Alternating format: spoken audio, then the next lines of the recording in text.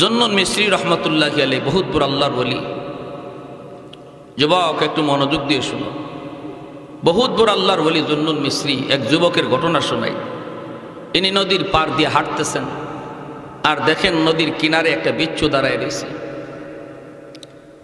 বিচ্ছুটা নদী পার হতে চায়, কিন্তু কেমন করে বিচ্ছু নদী পার হয়? নদীতে কোনো নৌকা নাই, কোনো খেয়া নাই, কোনো নৌকা নাই, কোনো খেয়া নাই। ওই অবস্থায় আল্লাহর ওলি নিজেও তিনি দেখতেছেন বিচ্ছু কেমন করে নদী পার হয়। হঠাৎ করে দেখেন পানির নিচ থেকে একটা কচ্ছপ পানির উপরে ভাসলো, নদীর কিনারে লাগলো, আর বিচ্ছুটা লাফ দিয়া কচ্ছপের পিঠে বসলো। কচ্ছপটা নিজে নদীর খেয়া হইয়া বিচ্ছুটাকে নদীর এই পার থেকে ওই পারে পৌঁছায় দিল। এই ক্ষমতা আল্লাহর আছে নি না নাই? আর একটু জোরে কোন আছে নি না নাই? আল্লাহ চাইলে পারে নি না পারে না? বাইরা বন্ধুরা, জুন্নুন মিসরি কয় মালিক, আমারও তো নদী পার হতে মন চায়, কিন্তু কেমন করে নদী পার হব? আল্লাহ, আমারও তো নদী পার হতে মন চায়, কিন্তু কেমন করে নদী পার হব? নৌকায় নাই, খেয়া নাই। আল্লাহ পাক রব্বুল আলামিন তার ওলির অন্তরে ইলহাম করে দিলেন, হাতের জায়নামাজ পানির উপরে বিছায়া দাও, আমি আল্লাহ তোমাকে পার করায়া দেব। শাহজালাল মুজুরদিয়া মুনি সুরমা নদী পার হইছেন নৌকায় না জায়নামাজে? কাদিরে কুদরতদারি বরকামাল, কাদিরে কুদরতদারি বরকামাল, আনতা রব্বি আনতা হাসবি যুল জালাল, আনতা রব্বি আনতা হাসবি যুল জালাল। জায়নামাজ বিছিয়ে দিলেন, তিনি নদী পার হয়ে গেলেন। বিচ্ছুটার পিছনে পিছনে আল্লাহর ওলি তিনি দৌড়াইতেছেন, আর দেখতে মন চায় কোন দিকে যায়। হঠাৎ করে দেখেন হাওরের মাঝখানে একটা গাছ, গাছের নিচে একটা যুবক মনের আনন্দে ঘুমাইতেছে। ওই যুবকের দিকেই বিচ্ছুটা দ্রুত বেগে যাইতেছে। আল্লাহর ওলি তিনি তো ভয় পেয়ে গেছেন, বিষাক্ত একটা বিচ্ছু, যুবকরে মনে হয় কোনো ক্ষতি করবে। পিছনে পিছনে তিনি রওনা দিলেন। বিচ্ছুটাও দ্রুত বেগে যাইতেছে যুবকের দিকে। জুন্নুন মিসরি তিনিও পিছনে পিছনে দৌড়াইতেছেন। কিন্তু আল্লাহু আকবার, অবাক কাণ্ড! আয়া দেখেন যুবকের মাথার পাশে একটা সাপ দাঁড়ায় রয়েছে। সাপ, বিষাক্ত সাপ, যে কোনো মুহূর্তে যুবককে বিচ্ছুটা এসেই দেরি করলো না, লাফ দিয়া সাপের মাথায় বইসা সাপরে কামড় দিল। মুহূর্তের ভিতরে সাপ মারা গেল। আল্লাহর ওলি দৃশ্য দেখা যুবককে ঘুম থেকে জাগালেন। এরে যুবক, কি নেক আমল করেছো? আল্লাহর কুদরতে আল্লাহ তোমাকে আজকে সাপের হাত থেকে রেহাই দিলেন। রে যুবক, দেখো কোন আমলের দ্বারা তুমি যৌবনে আল্লাহর ওলির খাতায় নাম লেখাইছো, কোন আমলের জরিয়ায় এত প্রিয় হয়ে গেছো আল্লাহর, এত প্রিয়। আল্লাহ তোমার কুদরতি হাতে বাঁচায়। যুবক চোখের পানি চাইরা কান্দার কয়, আল্লাহর ওলি গো, আমার তো তেমন কোনো নেক আমল মনে পড়ে না,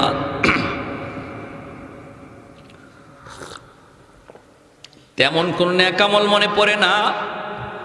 তবে আমার যদ্দূর মনে পড়ে, আমি যেখানেই থাকি সেখানেই নামাজ আদায় করি। আমি একজন রাখাল, মানুষের উট রাখালি করি, দুম্বা রাখালি করি।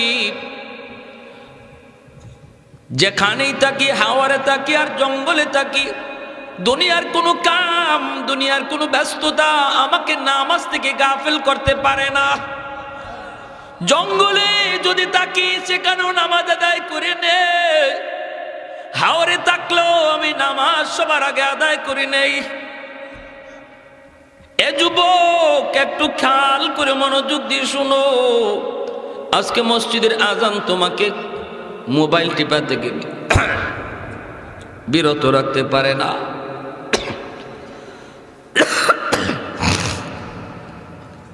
তোমাকে মসজিদের আজান মোবাইলের গেম খেলা থেকে তোমারে ফিরাইতে পারে না। রে যুবক, অথচ যুবক যৌবনের এবাদতের দ্বারা আল্লাহর ওলি হয়, কারণ বৃদ্ধ বয়সে এবাদতের চেয়ে যৌবনের এবাদত আল্লাহর কাছে বেশি প্রিয়। এই জমিনে যত আল্লাহর ওলি গুজরে গেলেন প্রত্যেকেই কিন্তু অলির খাতায় নাম লেখাইছেন যৌবনকালে। গাজীনগরের সাহেব রাহিমাহুল্লাহ অলি হয়েছেন যৌবনে, শেখে কাতিয়া অলি হয়েছেন যৌবনে, শেখে কৌরিয়া অলি হয়েছেন যৌবনে। আর যেই মানুষ যৌবনে আল্লাহর অলি হয়, বৃদ্ধ বয়সে আল্লাহ তার মাকাম মর্যাদা বাড়ায় দেয়। যত বয়স বাড়বে অত আল্লাহ তার মর্যাদা বাড়াবে। এজন্য আমাদের আল্লাহর ওলিরা যত বয়স বাড়ছে অত আল্লাহ তাদের মর্যাদা, সম্মান, ইজ্জত বাড়ায় দিছে। আহমদ শফি রাহিমাহুল্লাহ কয়জনে আমরা চিনতাম, শেষ বয়সে আল্লাহ কেমন চিনানি চিনাইছে, তামাম দুনিয়া চিনছে, ঠিক না? তামাম দুনিয়া চিনছে। এই কারণে আল্লাহ বলেছে ইল্লাল্লাযীনা আমানু ওয়া আমিলুস সালিহাত ফালাহুম আজরুন গায়রু মামনুন। তুমি যখন তোমার গায়ে শক্তি থাকা অবস্থায় আমি আল্লাহরে ডাকবা, যেই বয়সে শক্তি থাকতো না এই বয়সে আমি আল্লাহ তোমার মর্যাদা কেমন বাড়াই জানো? ঘরে বসাইয়া এবাদতের পেনশন দান করি। নামাজ মসজিদে পড়তে পারবে না, কোমরে ব্যথা, এরপর আল্লাহ ফেরেশতাদেরকে কইব ঘরে নামাজের সওয়াব দিও না, মসজিদে জামাতের সওয়াব দাও, কারণ আমি আল্লাহ তার যৌবনের ফাইল দেখছি, যৌবনের ফাইলে মসজিদে জামাতের আমল আছে, অতএব বৃদ্ধ বয়সে জামাতের সওয়াব দান করো। সুবহানাল্লাহ। কার? কোন মানুষটা? যে মানুষটার গায়ে যতদিন শক্তি আছে। লাউলা মাশাইকু রুক্কা ওয়াশ শাবাবু খুশা ওয়াল আতফালু রুদ্দা ওয়াল আনআমু রুদ্দা লাজালতুস সামাআ হাদিদা ওয়াল আরদা খাফসাফা ওয়াত তুরাবা রামাদা ওয়ামা আনজালতু মিনাস সামাই কাতরা ওয়ামা আমবাততু মিনাল আরদি নাবাতা বাল আনজালতু আলাইকুমুল আযাবা সাব্বা। আল্লাহ পাক রব্বুল আলামিন কয়, এরে জমিন থাম থাম, আমার আর আমার বান্দার ভিতরে নাক গলাবা না। জমিন প্রতিদিন আল্লাহর কাছে আবদার করে, মালিক আর কতকাল আমি এই জুলুম দেখব, আর কতকাল আমি অন্যায় দেখব, গুনাহগারের গুনাহ দেখতে দেখতে আমি জমিন ধৈর্য হারা হয়ে যাচ্ছি। ও মালিক অনুমতি দাও, আবতালিউ ইবনা আদম ফি কারি, জালেম গুলিরে আমি পেটে গিলে ফেলি, জালেম গুলিরে আমি গিলে ফেলি। তুরস্কের জমিনে জমিন গিলে ফেলেছে, 5 তলা 10 তলা বিল্ডিং গিলে ফেলেছে, 50,000-এর মতো মানুষ তুরস্ক আর সিরিয়ায় গত 1 সপ্তাহে গিলে ফেলেছে। আল্লাহর নবী রহমতের নবী বলেন, হাদিসে কুদসি আল্লাহর ভাষা, আল্লাহ বলেন প্রতিনিয়ত জমিন এইভাবে আল্লাহর কাছে আবদার করে, ওয়াল বাহরা ইস্তাজিলু রাব্বাহু ওয়াল মালাইকাতু ইস্তাজিলু রাব্বাহু আলা কুল্লি ইয়াউমিন ওয়াল আরদা ইস্তাজিলু রাব্বাহু। আল্লাহ পাক কয়, জমিন থাম থাম, আমি আল্লাহ দেখি এই জমিনে কেমন অন্যায় হয়, কেমন অত্যাচার হয়, কেমন জুলুম হয়, কেমন গুনাহ হয়, এরপরও আমি ধরি না। কেন জানোনি? কারণ এই মানুষ জাতিকে আমি আল্লাহ বড় আদর করে বানাইছি। আল্লাহ পাক মানুষ জাতিরে কুন ফায়াকুন বইলা বানায় নাই। আসমান আল্লাহ বানাইছে কুন ফায়াকুন বইলা, জমিন আল্লাহ বানাইছে কুন ফায়াকুন বইলা, ফেরেশতা আল্লাহ বানাইছে কুন ফায়াকুন বইলা। কিন্তু আমারে আপনারে আল্লাহ পাক কুন ফায়াকুন বইলা বানায় নাই, আমার আপনারে আল্লাহ তার নিজের হাত দিয়া বানাইছে। খালাকতু বিয়াদাইয়া, আল্লাহ বলে আমি আমার নিজের হাত দিয়া বানাইছি। কেন বানাইছি জানোনি? কারণ এই চেহারার মধ্যে এত দামি কপাল, এই কপাল দিয়া বান্দা আমার কুদরতি কদমে সেজদা দিবে। এই কপাল এত দাম, এত দাম, ফেরেশতাদের হাতে বানাইলে হয় না, কুন ফায়াকুন বলল হয় না, আমি আল্লাহ নিজের হাতে বানাইছি। আল্লাহ বলে শুন, 4টা শ্রেণী জমিনে যতদিন থাকবে ততদিন আমি আল্লাহ জমিন টিকায় রাখবো, কারণ আমি মানুষ বানাইছি আমার গোলামির জন্য। জমিনে যতদিন পর্যন্ত লাউলা মাশাইকু রুক্কা, আমার কিছু বৃদ্ধ বান্দা বান্দি আছে, চুল দাড়ি সাদা হয়ে গেছে, কোমরে তার ব্যথা, হাঁটুতে তার ব্যথা, সেজদা দিতে পারে না, কষ্ট হয়, এরপরও কষ্ট করে আমি আল্লাহর কদমে সেজদা দেয়। আমার ওই বৃদ্ধ বান্দা বান্দির সেজদার দিকে তাকাইলে এই জমিনের প্রতি আমার মায়া লেগে যায়। 2 নম্বরে আল্লাহ বলেন ওয়াশাবাবু খুশা, এখনো জমিনের ভিতরে কিছু যুবক রয়েছে, যেই যুবকগুলি যৌবনের পাগলামি করে না, যৌবনে যাত্রায় যায় না, উরুসে যায় না, যৌবনে মেলায় যায় না, যৌবনে সে কোরআনের মাহফিলে বসে, যৌবনকালে তারে মসজিদে পাওয়া যায়, যৌবনে তারে রমজানে রোজা রাখতে দেখা যায়। তার যৌবনের চাহিদা হলো গুনাহ করা, যৌবনের চাহিদা হলো গানের আসরে যাওয়া, যৌবনের চাহিদা হলো চুরি করা, ডাকাতি করা, যৌবনের চাহিদা হলো জিনা ব্যভিচার করা, যৌবনের চাহিদা হলো মানুষের সাথে গরমি হালতে বেয়াদবি করা। এরপরও করে না। আমি আল্লাহর ভয়, আমি আল্লাহর ভয় আমার মহব্বত তার অন্তরে জমায়ে নিছে। দুনিয়ার হারাম প্রেম ভালোবাসা অন্তরে নেয় নাই, অন্তরের ভিতরে আমি আল্লাহর প্রেম জমায়ে রাখছে। ওই যুবকের কলিজার দিকে আমি আল্লাহ যখন তাকাই, তখন এই জমিনের প্রতি আমার মায়া লেগে যায়।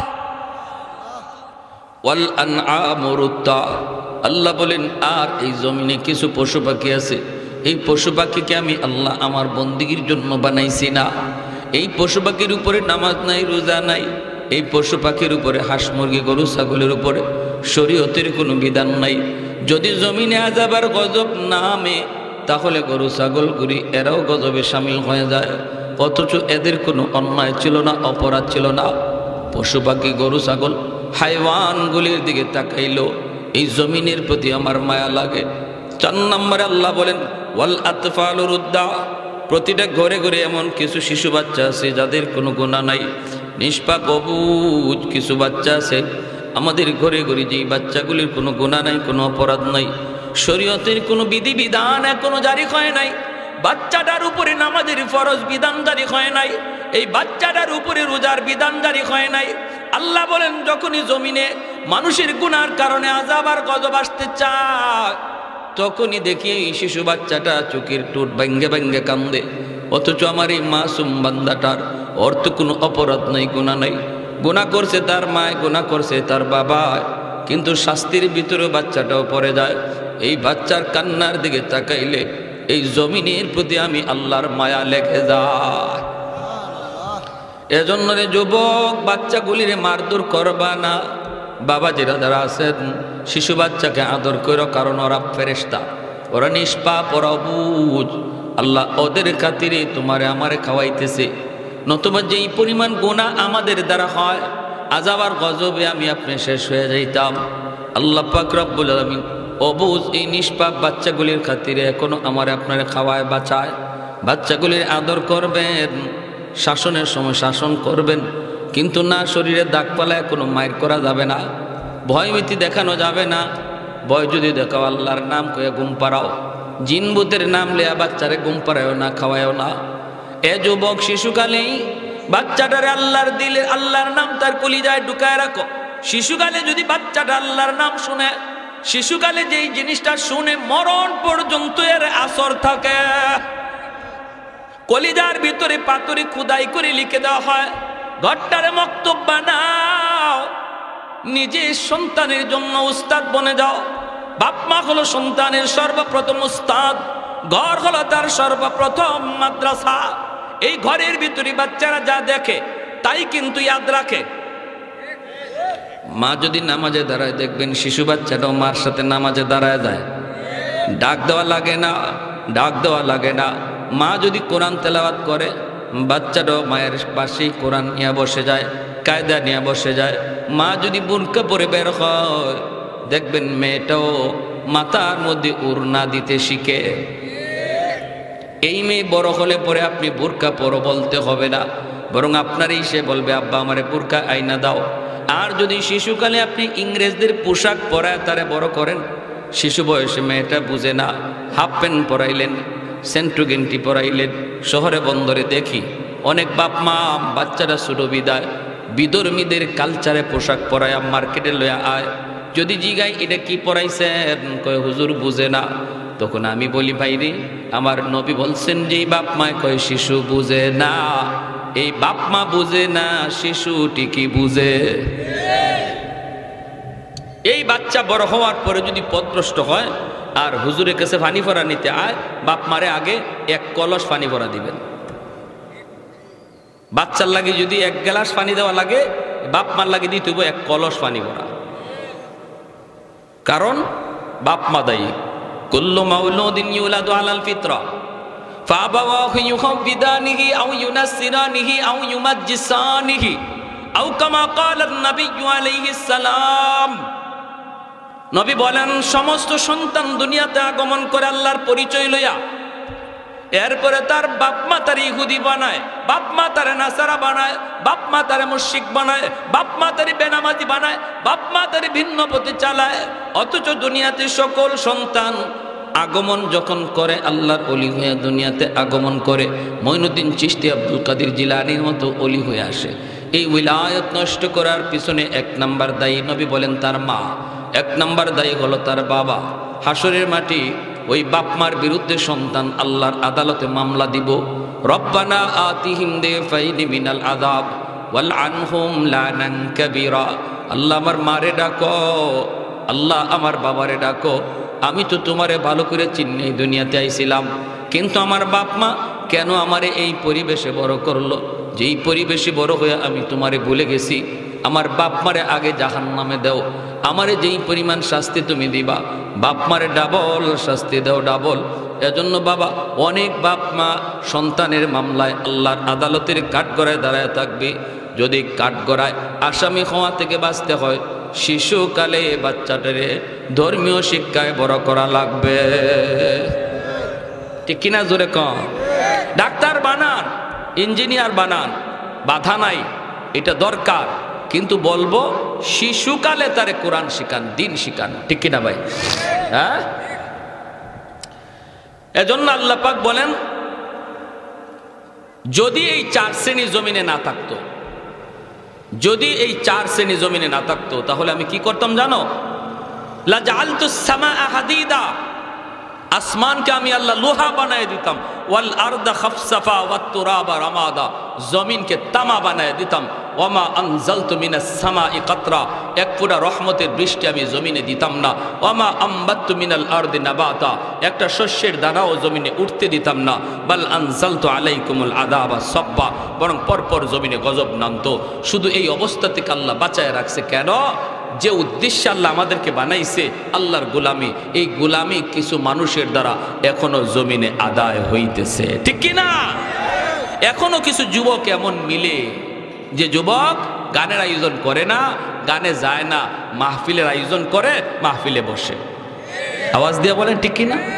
সারা বাংলাদেশে আমরা আনাচে কানাচে আল্লাহ পাক ঘুরাইতেছে, দেখতেছি যুব সমাজ আলহামদুলিল্লাহ, যেখানে যাই সেখানেই যেয়ে দেখি যুবকদের দ্বারাই কোরআনের মাহফিলের আয়োজন। এক সময় জায়গায় জায়গায়, গ্রামে গ্রামে, পাড়ায় পাড়ায় যাত্রা হইতো, গান হইতো, এখন আর হয় না। বলি আলহামদুলিল্লাহ। যতদিন এই আয়োজন থাকবে, যতদিন সমাজের উলামায়ে কেরামকে মানুষ শ্রদ্ধা করবে, উলামায়ে কেরামের কথাগুলি শুনবে, ততদিন পর্যন্ত আল্লাহ বলেন, ইন্না রাহমাতি সাবাকাত আলা গজবি, গজব আসতে চাবে, কিন্তু আমার রহমত গজবের আগে চলে যাবে। গজব আসতে চাবে, কিন্তু রহমত আমার গজবের আগে চলে যাবে। সুবহানাল্লাহ। প্যারে হাজিরিন, আল্লাহর গজব থেকে যদি বাঁচতে হয়, তাহলে কি করতে হবে? আল্লাহর গোলামি। আল্লাহ বলেন, এই উদ্দেশ্যে বানাইছি, যে উদ্দেশ্যে মানুষ বানাইছি, এই উদ্দেশ্যে কিছু মানুষ যতদিন পর্যন্ত জমিনে থাকবো আল্লাহ রাখবে। এরপরে কিয়ামতের আগে দেখা যাইব কি, তা কিছু মানুষ, কিছু একবারে হালকা নগণ্য, আর দেখা যায় মানুষ সব আল্লাহরে ভুলে গেছে। তখন আল্লাহর নবী রহমতের নবী বলছেন, কিয়ামতের আগে যখন দেখবো আল্লাহ বাংলাদেশে, সারা বাংলাদেশ ঘুরে দেখা যাব 2 জন মানুষ আল্লাহরে চিনে, গোটা ইন্ডিয়াতে দেখা যাইব 10 জন মানুষ চিনে, পাকিস্তানে 1 জন। এরকমভাবে সংখ্যায় যখন কমে যাবে, তখন আল্লাহ পাক চিন্তা করব, এত বড় দুনিয়া, এত বড় বিয়ার আসর, এই মাত্র 2-1 জনের জন্য আমার টিকায় রাখার কোনো প্রয়োজন নাই, কোনো প্রয়োজন নাই। কারণ আল্লাহ এই জগৎ টিকায় রাখছে ইমানদার মুমিন, আল্লাহরে যারা ডাকে তাদের খাতিরে। ঠিক না? এরা হলো বর, আর বেদিন বেঈমান কাফিরগুলি হলো বরযাত্রী। বর যদি থাকে তো বরযাত্রীর দাম আছে, বর যদি না থাকে, দামান যদি না আয়, বরযাত্রীরা কেউ খাওয়ায় নাকি? আপনাদের এলাকা খাওয়ায়? এক ফাল বরযাত্রী আইসো খানা খাইতা, কই তোমরা তো আইসো ভালো কথা, খেল লাগে আইসো খানা খাইতে আইসি আমরা বরযাত্রী। কই দামান কই দামানে বিয়া করতো না। জামালগঞ্জের কয়জন মানুষে খাওয়াইবেন? বলে না বা মেহমান, তোমরা মেহমান আইসা খাইয়ে দাও। কইব জারুটা কই আছে আগের লোক। ঠিক না? তো এই দুনিয়াটাও আল্লাহ একটা বিয়ার আসর বানাইয়া আমারে আপনারে যারা আল্লাহ যে উদ্দেশ্যে বানাইছে, এই উদ্দেশ্যে যারা এখনো জারি আছে, এখনো করে, আল্লাহ যে উদ্দেশ্যে বানাইছে গোলামি, এই গোলামি যারা করে এদেরকে বর বানাইয়া এদের উসিলায় সব রে খাওয়াইতেছে, ঠিক কিনা? কিন্তু আমাদেরকে আল্লাহ কইছে যে শোনো, তোমরা কিন্তু বিয়ার আসরে কম খাইবা, কারণ বিয়ার আসরে দামান দে বেশি খায় না কম খায়? বিয়ার দিন দামান দে বেশি খায় না কম খায়? রুমাল মুখে দিয়ে বয়ে থাকে, বেচারা তো খালি সরম আর সরম। আর বরযাত্রী এমন খাওয়া দেয় জনমের খাওয়া, মাঝে মাঝে প্লেটও ভাঙে। তেল কেন বেশি হইল, জাল কেন বেশি হইল, লবণ কেন কম হইল, দামান দে একবারও কয় না, বরযাত্রী যতবার কয়, ঠিক কিনা? আমার বিয়াত আইছিল আমার এক দোস্ত, কইতাম নি আপনাদের অসুবিধা হইতেছে? মনোযোগ আছে, মনোযোগ আছে। আমার বিয়াতে আমার এক দোস্ত আসছে, দোস্ত বিয়াত আই এক কাণ্ড ঘটাইছে। যখন আমার শালা, ফরেন না শালা হয়েছে, হে যখন খানা দিতে গেছে, কই ম তুমি আমার চামচ দিয়া গুজ দেও, আমারে চিনো? আপনি কেডা? ওই যে বইয়ে রয়েছে রুমাল মুখে দিয়ে, উনি তোমার কি? আমার দুলাভাই। ওই শুন না, ওই বা তোমার দুলাভাই ফ্রেন্ড, আমি ফ্রেন্ড। আমার শালা ছিল চালাক, হাফ প্যান্ট না ফুল প্যান্ট?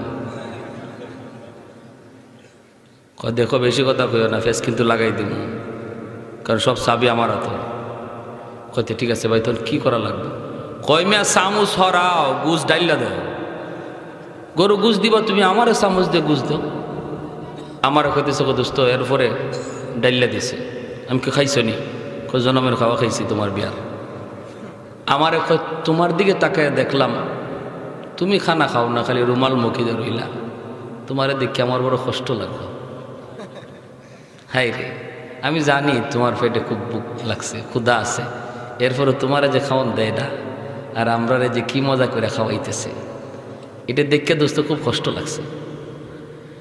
আমি কইলাম দোস্ত, আমার তো কষ্ট লাগছে না, আমার খালি ভিতরে খুশি আর খুশি, খুশির ঠেলা।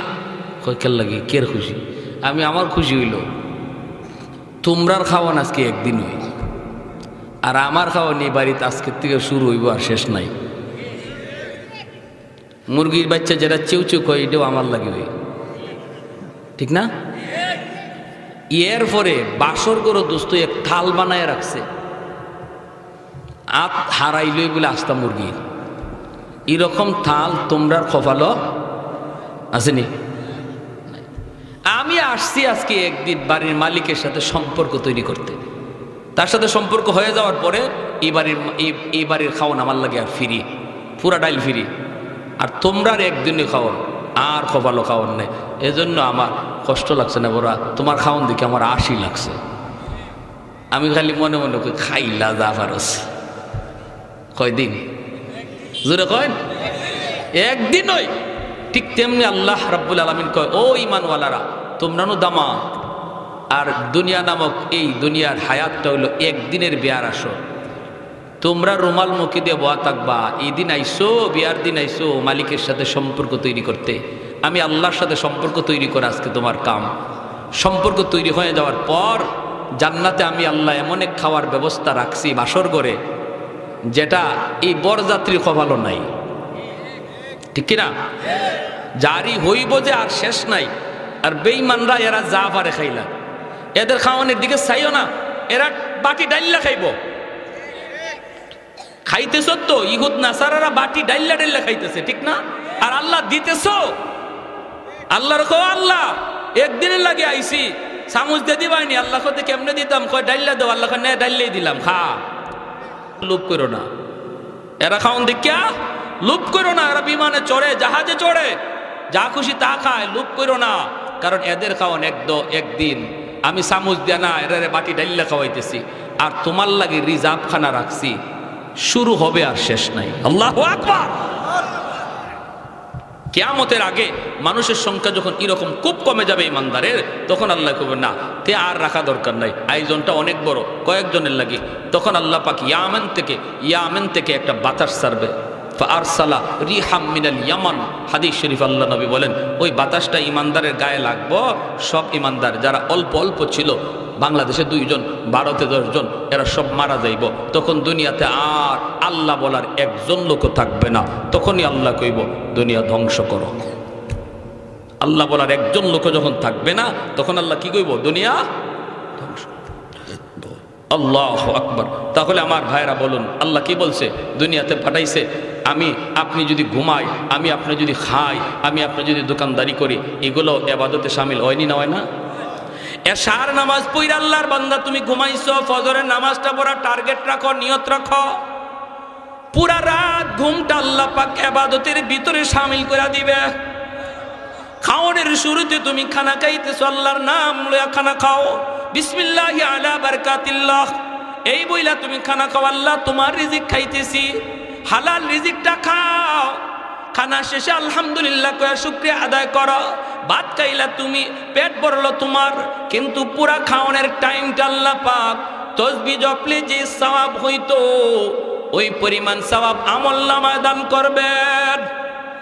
তাহলে মুমিনের খাওয়াটাও ইবাদত, ঘুমটাও ইবাদত, দোকানদারি ইবাদত, চাকুরি বাকুরি ইবাদত, হাসাটা ইবাদত, ঘুমটা ইবাদত, সব কিছু ইবাদত হয়ে যায়। এজন্য আল্লাহ পাক বলছে বান্দা আমি তোমারে দুনিয়াতে পাঠাইছি কেন জানোনি? আমার গোলামি করার জন্য। তার মানে তোমার ঘুমরে ইবাদত বানাও, খাওয়ারে ইবাদত বানাও, ব্যবসারে ইবাদত বানাও, চাকুরির ইবাদত বানাও, গোটা দুনিয়াদারিটার ইবাদত বানাও। এই উদ্দেশ্যে আল্লাহ আমাকে আপনাকে পাঠাইছে, ঠিক কিনা ভাই? একজন মানুষ মসজিদে বয়ে বয়ে যদি তাসবিহ জপে, আর আরেকজন মানুষ ফজরের নামাজ পড়া মসজিদ থেকে বের হয়ে যদি দোকানদারি করে, তো মসজিদে বয়া যে তাসবিহ জপে যতক্ষণে সে আল্লাহর ওলি হবে, সম পরিমাণ সওয়াব দোকানদারি যে করতেছে তারে আল্লাহ সমান না এর চেয়ে আরো বেশি সওয়াব দিবে। কারণ দোকানদারি করার নির্দেশটা আল্লাহর। ফাইদা কুদিয়াতিস সালাত ফান্তাশিরু ফিল আরদ ওয়াবতাগু মিন ফাদলিল্লাহ। এই আয়াতের তাফসীরে মুফাসসিরিনে কেরাম লিখছেন, কোরআন পড়লো নফল বন্দেগী করা, কোরআন পড়ার নফল বন্দেগী, তাসবিহ জপার নফল বন্দেগীর চেয়েও যে মানুষটা রিজিক তালাশে বের হয়েছে, হালাল রিজিক তালাশে বের হয়েছে, আল্লাহ এর ভিতরে সওয়াব বেশি দান করে। কারণ সে আল্লাহর সরাসরি আদেশ মানতেছে। কাসবুল হালালে ফরিজাতুন বাদাল ফরিজা। এজন্য আল্লাহর নবী বলেছেন হালাল রিজিক তালাশ করা ফরজ নামাজের পরে সর্বপ্রথম ফরজ। জোরে কই সুবহানাল্লাহ। অসুবিধা দিতেছে আপনাদের? আল্লাহ একটু জিকির করি, লা ইলাহা ইল্লাল্লাহ। জোরে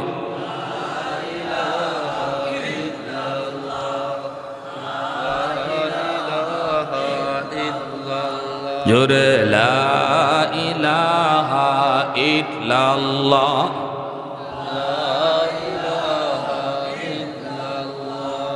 লা ইলাহা ইল্লাল্লাহু মুহাম্মাদুর রাসূলুল্লাহ।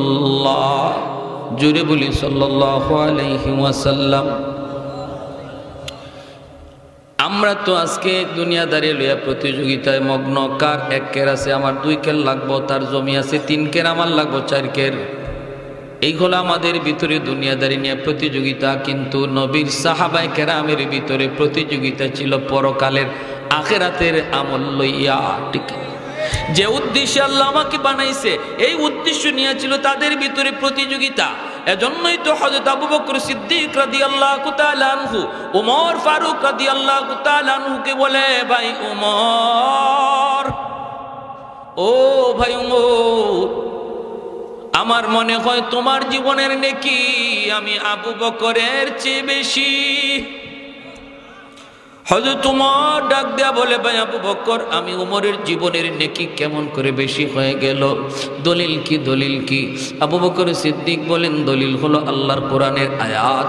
আল্লাহ কোরআনের ভিতরে বলেছেন, ইল্লা মান তাবা ওয়া আমানা ওয়া আমিলা আমালান সালিহা ফাউলাইকা ইউবাদদিলুল্লাহু সাইয়্যাতিহিম হাসানাত। আল্লাহ পাক বলেন, যে ব্যক্তি তওবা করলো, যেই ব্যক্তি তওবা করলো, ঈমান আনলো, নেক আমল করলো, আল্লাহ তার পিছনের জীবনের গুনাহগুলাকে নেকি দ্বারা বদলায় দেন। ও উমর, তোমার জীবনের নেকি, তোমার জীবনের পিছনের জীবনের গুনাহ তো আমি আবু বকরের চেয়ে অনেক বেশি। তওবার কারণে আল্লাহ পাক ওই বেশি গুনাহটারেও তো বেশি নেকি বানায়া দিছে। কথাটা বুঝছেন নি আপনারা? একজন মানুষ যখন তওবা করে, খাঁটি দিলে যখন তওবা করে, তওবার কারণে আল্লাহ পাক রব্বুল আলামিন তার গুনাহ যদি পাহাড় পরিমাণ হয়, এই পাহাড় পরিমাণ গুনারে পাহাড় পরিমাণ নেকি বানায়া দেয়। তওবার কারণে আল্লাহ পাক তার গুনাহ যদি সাগর পরিমাণ হয়, সাগর পরিমাণ নেকি বানায়া দেয়। এজন্য আবু বকর সিদ্দিক বলেন, ভাই উমর, তোমার পিছনের জীবনের গুনাহ তো আমি আবু বকরের চেয়ে বেশি। ঈমান আনার কারণে, তওবা করার খাতিরে আল্লাহ পাক তো তোমার ওই গুনাহগুলির নেকি দ্বারা বদলায়া দিছে। এতে আমি মনে করতেছি আমি আবু বকরের চেয়ে তোমার নেকি অনেক বেশি। এমনি হযরত ওমর বলেন, ভাই আবু বকর, আমি এত কিছু বুঝি না, সুজা মানুষ, আসো আমরা একটা বদলা বদলি করি। কই কেমনে? কই আমি ওমর আমার জীবনের সব নেকি তোমারে দিয়া দিব, আর তুমি তোমার জীবনের সব নেকি লাগবে না, আমাকে তোমার জীবনের এক রাতের নেকি দিয়া দাও। আবু বকর সিদ্দিক বলেন, ভাই ওমর, এটা কোন রাতের নেকির কথা বলছ? এমনি সিদ্দিক আকবরকে ওমর ডাক দেয়া বলেন, সেই রাতটা হলো মায়ার নবীর সাথে হিজরতের রাত। যেই রাতে তুমি আমার মায়ের নবীকে নিয়ে হিজরত করেছ, যেই রাতের অপেক্ষায় তুমি 40টা রাত ঘুমাও নাই রে, 40টা রাত তুমি আবু বকর ঘুমাও নাই। কখন জানি আমার মায়ার নবী আয়েশা আমাকে ডাক দিয়া বলবে, এ আবু বকর, হিজরতের টাইম হয়ে গেছে, এতটুকু অপেক্ষার জন্য তুমি রাতে ঘুমাও নাই, তুমি তো সজাগ ছিলা। এরপরে আমার মায়ার নবীকে নিয়া তুমি রাতের বেলা রওনা দিয়ে দিছ। গারে সুর, এত উঁচা পাহাড়ের উপরে একটা গর্ত, এই গুহার ভিতরে তুমি ঢুকো নাই, আমার মায়ার নবীকে নিয়ে তুমি রওনা দিয়েছ। এত বড় পাহাড়, নবীকে পাহাড় বাইতে তুমি দাও নাই, মায়ার নবীর নিজের পিঠের মধ্যে লইয়া এই পাহাড়টা নিজে বায়া বায়া তুমি উঠছ। আমার নবীরে পাহাড় বাইতে দাও নাই, নবীরে তুমি কষ্ট করতে দাও নাই। গুহার কিনারায় যাইয়া তুমি নবীকে দাঁড় করায় রাখছো, আর বলছো, নবী গো, আপনি আগে ঢুকবেন না গো নবী, আমি আবু বকর আগে ঢুকবো। জায়গাটা নিরাপদ কিনা আমি দেখি, যদি আমি আবু বকরের কোনো ক্ষতি হয়ে যায়, উম্মতের এত ক্ষতি হবে না। যদি আপনার ক্ষতি হয়, উম্মত কোনোদিন ক্ষতিপূরণ দিতে পারবে না। এরপরে আমার মায়ের নবীর গুহার কিনারায় রাইখা তুমি নিজে গিয়ে গুহার ভিতরে ঢুকছো। ঢুকে তুমি পাগড়ি কাপড়গুলি ছিঁড়ে ছিঁড়ে সবগুলি গর্ত বন্ধ করছো, যেন গর্তের ভিতর থেকে কোনো সাপ বের হইয়া আমার নবীর ক্ষতি না করতে পারে। একটা গর্তের মুখ বন্ধ করার মতো কাপড় তোমার হাতে ছিল না, সেই গর্তটা নিজের পা দিয়ে তুমি আটকায় রাখছো। এরপরে মায়ার নবীর তুমি গুহার ভিতরে ঢুকাইয়া, তোমার ঘুমের প্রয়োজন ছিল বেশি, কিন্তু নিজে না ঘুমাইয়া আমার মায়ার নবীরে তোমার উরুতে ঘুম পাড়াইছ। বলুন তো দেখি, 40টা রাত যে ঘুমায় নাই, তার বেশি ঘুমের প্রয়োজন না? আবু বকর সিদ্দিক 40 রাত ঘুমান নাই, কিন্তু নিজে না ঘুমায়া নবীরে ঘুম পাড়াইছেন। ওই গর্তের ভিতরেই ছিল সাপ, এই সাপে কামড় দিল পায়ে, বিষের যন্ত্রণায় আবু বকর অস্থির, কিন্তু কিরিমিরি খায়া হজম করে রাখছেন, বডি নাড়ান না, কারণ বডি যদি নড়ে আমার মায়ার নবীর ঘুম ভেঙে যাবে। বিষের যন্ত্রণা তুমি হজম করেছো, তবু আমার নবীর ঘুম ভাঙবে বিদায় তুমি শরীর নাড়া দাও নাই। এক ফোঁটা চোখের পানি নবীর গাল মুবারকে পড়ল, নবীজির ঘুম ভেঙে গেল। এরপরে নবী লব লাগাই দিলেন, বিষাক্ত সাপের বিষ পানি হয়ে গেল।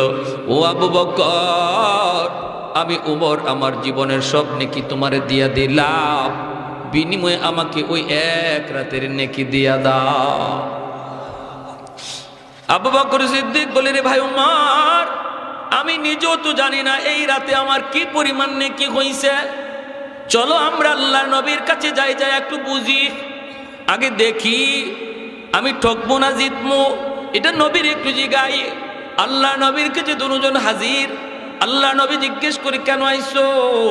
সিদ্দিক আকবর বলে মায়ার নবী গো, একটা জিনিস জানতে এসেছি গো নবী। আমরা দুজন জীবনের নেকি বদলা বদলি করতে চাই। ওমর তার জীবনের নেকি আমাকে দিতে চায়। আমি আবু বকর আমার জীবনের সব নেকি ওমর চায় না, চায় শুধু এক রাতের নেকি। অথচ ওই এক রাতে আমার কি পরিমাণ নেকি হয়েছে আমি আবু বকর আজও জানি না। আল্লাহ নবী জিজ্ঞেস করে আবু বকর কোন রাত? সিদ্দিক আকবর করে নবী গো, সেই রাত হলো আপনার সাথে হিজরতের রাত। এইবার দয়ার নবী কো আবু বকর আমি নবী বলবো না, তুমি বদলাবা কি বদলাবা না, আমি নবী বলবো না, এটা তোমাদের সিদ্ধান্ত। তবে শোনো রে আবু বকর, ওই রাতে তোমার কি পরিমাণ নেকি হয়েছে? গোটা উম্মতের সমস্ত নেকি যদি এক পাল্লায় রেখে দেওয়া হয়, শুধু ওমরের না, গোটা উম্মতের নেকি যদি এক পাল্লায় রেখে দেওয়া হয়, আর তোমার এক রাতের নেকি এক পাল্লায় রাখা হয়, তোমার পাল্লা ভারী হয়ে যাবে। सिद्दीक तेरा नाम से इस्लाम रहेगा, सिद्दीक तेरा नाम से इस्लाम रहेगा, दुनिया की सदाकत में तेरा नाम रहेगा, फारूक तेरा नाम से इस्लाम रहेगा, दुनिया की अदालत में तेरा नाम रहेगा, उस्मान तेरा नाम से इस्लाम रहेगा, दुनिया की सखावत में तेरा नाम रहेगा, हैदर तेरा नाम से इस्लाम रहेगा, दुनिया की शजाअत में तेरा नाम रहेगा, मुआविया तेरा नाम से इस्लाम रहेगा, दुनिया की सियासत में तेरा नाम रहेगा। अल्लाहु अकबर। मुसलमाনের आवाजे कोई अल्लाहु अकबर। এমনি আবু বকর কই না ভাই উমর, যদি এমন হয় তাহলে আমি বদলা বদলি করতে রাজি, ঠকতে রাজি না। তাহলে প্রতিযোগিতা ছিল তাদের আমল লইয়া।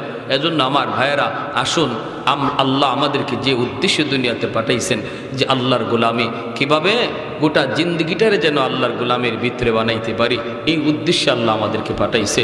5 ওয়াক্ত নামাজ পড়লাম, কিন্তু নামাজ থেকে বের হয়ে আরেকজনের গীবত করলাম, নামাজ থেকে বের হয়ে আরেকজনের জমির আইল কাটলাম না, এই ধরনের বন্দিগি করার জন্য আল্লাহ পাঠাই নাই। আল্লাহ পাঠাইছে আমার গোটা জিন্দগিটারে যেন বন্দিগি বানাইতে পারি, গোটা জিন্দগিটারে যেন বন্দিগি বানাইতে পারি। আল্লাহ আমাদের সবাইকে আমল করার তৌফিক দান করুন। সবাই বলে আমিন। ওয়া আখির